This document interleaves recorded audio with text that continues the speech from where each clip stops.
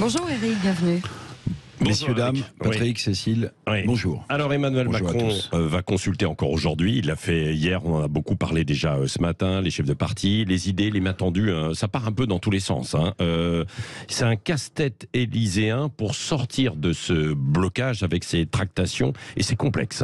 Ah oui, vous dites casse-tête, bon j'accepte, j'en accepte l'augure. Non, casse-tête, j'en accepte l'augure. Alors tendre la main au RN, comme l'a suggéré à un moment donné Éric Dupond-Moretti, le garde des Sceaux, constituer un gouvernement d'union nationale avec les communistes de Fabien Roussel. Oui, la Macronie lance des ballons d'essai qui en disent long, à mon avis, sur l'état de confusion, voire de panique, qui semble avoir pris place à l'Élysée depuis la défaite historique du parti présidentiel. C'était évidemment dimanche dernier. Alors Emmanuel Macron consulte les chefs de parti, aujourd'hui encore, vous l'avez dit Patrick, pour tenter de sortir de l'impasse à l'Assemblée nationale d'une majorité introuvable.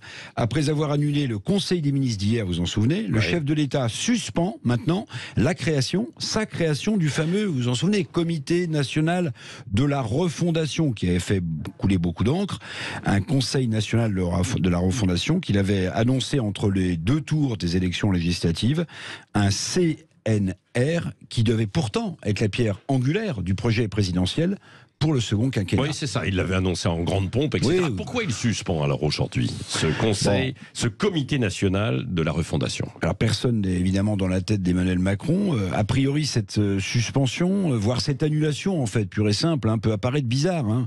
Parce que voilà une instance, le CNR, dont la vocation était justement l'écoute des citoyens et des corps intermédiaires, syndicats en tête. Alors en laissant tomber le CNR, Macron admet-il, par exemple, qu'il ne s'agissait que d'un gadget électoral pour tenter de sauver les meubles des élections législatives. Comme c'est loupé, il n'y a plus besoin du gadget. Ou bien, le chef de l'État vient-il de prendre conscience que la nouvelle Assemblée nationale, avec ses oppositions fortes, était devenue en réalité incontournable, ou alors que la création du CNR serait perçue comme une provocation aussi face à cette Assemblée nationale.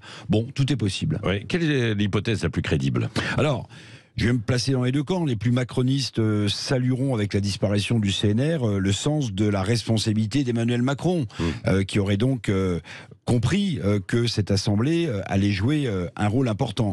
Mais les autres y verront la preuve aussi qu'Emmanuel Macron vole au vent du pragmatisme, sans conviction politique et sans projet vraiment défini. À demain. Oui.